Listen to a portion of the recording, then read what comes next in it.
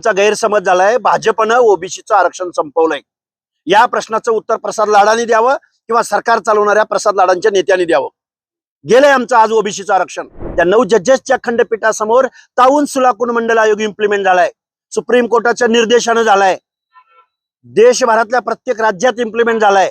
अरे हे काय बेअक्कल माणसं आहेत। अरे पहिला राजीनामा तू दे, तुला जातीचं काम करायचंय ना, तुला ओबीसीच्या अनाथ माती कालवायची ना, ओबीसीच्या दारात तुमचा पक्ष मत मागायला जाईल का? त्यामुळे पहिला राजीनामा दे, मग जातीची काय काशी करायची ती कर। बघा, आम्ही ग्रामीण भागामध्ये या सभा घेत आहोत। जातनिहाय जनगणना झाली पाहिजे, ओबीसीनी एकत्रित आलं पाहिजे। आपलं जे आरक्षण संपवलंय, आपलं जे आपल्याला बजेटरी तरतूद करत नाहीत, आपल्या मागण्या मान्य करत नाहीत, आपल्या वेगवेगळ्या जात समूहांच्या नावानं जे आर्थिक विकास महामंडळ या शासनानं घोषित केली, त्याला अध्यक्ष भेटत नाही, त्याला कार्यालय भेटत नाही, त्याला एक साधा शिपाई सुद्धा भेटत नाही, त्याला बजेट भेटत नाही। पण जरांगेंनी आंदोलन जाहीर केलं की त्यांना 750 कोटी रुपयांची घोषणा होते, त्यातले 150 कोटी रुपये लगेच त्यांना वर्ग होतात।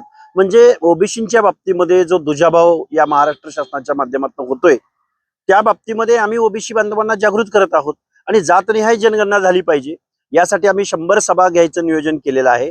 त्यामधले आता जवळजवळ 7-8 सभा झालेल्या आहेत। आज आम्ही देऊळगाव राजा तालुक्यामध्ये आहोत, काल आम्ही सिंदखेड राजा तालुक्यामध्ये होतो आणि उद्या आम्ही सोलापूरला आहोत। हा 100 सभा होईपर्यंत हा आमचा दौरा चालू राहणार आहे। काल प्रसाद लाड यांनी भेट घेतली जरांगे पाटलांची। तुम्ही टीका केली होती भेटीवर की प्रसाद लाड व्यावसायिक आहे, त्यांचा असं म्हणणं आहे, अभिमान आहे मला व्यावसायिक असला, अनेक लोकांनी मी काम कर देतोय आणि जातीसाठी माती हे बघा, प्रसाद लाडांनी काम करावं, हॉटेल चालवावं, राजकारणाचा पुढाऱ्यांचा फायदा घेऊन अजून त्यांनी अंबानीच्या पुढे जावं, त्यामध्ये आमचं दुमत असायचं कारण नाही। पण आरक्षण, जरांगे पाटलांची मागणी, कॉन्ट्रावर्सी, जरांगे पाटलांचा समावेश ओबीसी मध्ये झाल्यानंतर ओबीसीचं झालेलं नुकसान, यातली काही काडीची तर अक्कल आहे का या प्रसाद लाडांना? काय अक्कल आहे प्रसाद लाडांना? काय अनुभव आहे प्रसाद लाडांचा? हॉटेल चालव ना, हॉटेलच्या एखाद्या शिष्टमंडळावर तू जा ना, तुझं ज्ञान काय, तुझं नॉलेज काय, तू तोंड कुठं घालतोय आणि पुन्हा म्हणतोय की मी जातीसाठी माती खायला तयार आहे, आमदारकीचा राजीनामा द्यायला तयार आहे। आता पहिल्यांदा तू ज्या पक्षाच्या जीवावर टुनटुन बेडकासारख्या उड्या मारतोय ना, त्या पक्षाला विचार, माधवनं काय केलं, ओबीसीनी काय केलं, भटाबामणांच्या पार्टीला गावगाड्यातल्या वाड्या वस्त्या तांड्यावरती कोण घेऊन गेलं? त्यामुळं तू नुसत्या काय ते ग्रामीण भागामध्ये म्हणतात आयत्या पिठावर रेगोट्या मारणं, भाजप वाढवण्यासाठी, भाजप मोठी करण्यासाठी कोण खपलंय, कोण माणसं होती, याचा थोडा अभ्यास वाढव। तुला काय कळणार हॉटेल व्यावसायिकाला? म्हणून मी हॉटेल व्यावसायिक म्हणालो। अरे त्या जरांगे पाटलाकडं जस्टिस येऊन गेले, सचिव येऊन गेले, अटॉर्नी जनरल येऊन गेले, मुख्यमंत्री येऊन गेले एकनाथरावजी शिंदे साहेब, तरी पण त्याला फरक पडला नाही। आणि तू हॉटेल चालवणारा, झाडू पोछा करणारा, तुझ्याने तो फरक पडत असतो का? त्यामुळं लाडानी आपलं जे काय तुमचं क्षेत्र आहे, आणि तुम्ही काय 1 लाख लोकांना रोजगार दिलाय का? तुम्हाला नोबेल पुरस्कार मिळावा शांततेचा। एवढ्या मोठ्या लोकांना तुम्ही रोजगार उपलब्ध करून देणारा एवढा महान व्यक्ती, त्याची लिस्ट एकदा उद्या जाहीर करा। काही बोलायचं राव? तुमचा काही गैरसमज झाला असेल तर तुम्हाला देखील आमचा गैरसमज झालाय, भाजपनं ओबीसीचं आरक्षण संपवलंय। या प्रश्नाचं उत्तर प्रसाद लाडांनी द्यावं किंवा सरकार चालवणाऱ्या प्रसाद लाडांच्या नेत्यांनी द्यावं। गेलंय आमचं आज ओबीसीचं आरक्षण। आमचा आरोप आहे तुमच्यावरती, हा आमचा गैरसमज नाही, समज आहे। त्याचे पुरावे सगळे देतो प्रसाद लाडांना। जरांगे पाटील असं म्हणले काल की जेव्हा मंडल आयोग लागू झाला तेव्हा लोकसंख्या ओबीसीची कमी होती, मग मात्र 1954 अचानकपणे 60% कशी ओबीसी झाली? अरे ती इंग्रजांनी, अरे जरांग्या खुळखुळ्या, तुला अक्कल नावाचा प्रकार नाही।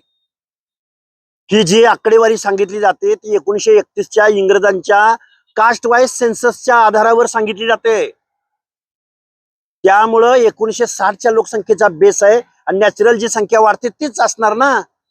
त्यामुळे जरांगेला आणि काय म्हणतो तू मंडल आयोग आणि ही या जाती न अभ्यास करता गेल्या। अरे 9 जजेसचं खंडपीठ बसलं होतं, त्या 9 जजेसच्या खंडपीठासमोर ताऊन सुलाकून मंडल आयोग इम्प्लिमेंट झालाय, सुप्रीम कोर्टाच्या निर्देशानं झालाय, देशभरातल्या प्रत्येक राज्यात इम्प्लिमेंट झालाय।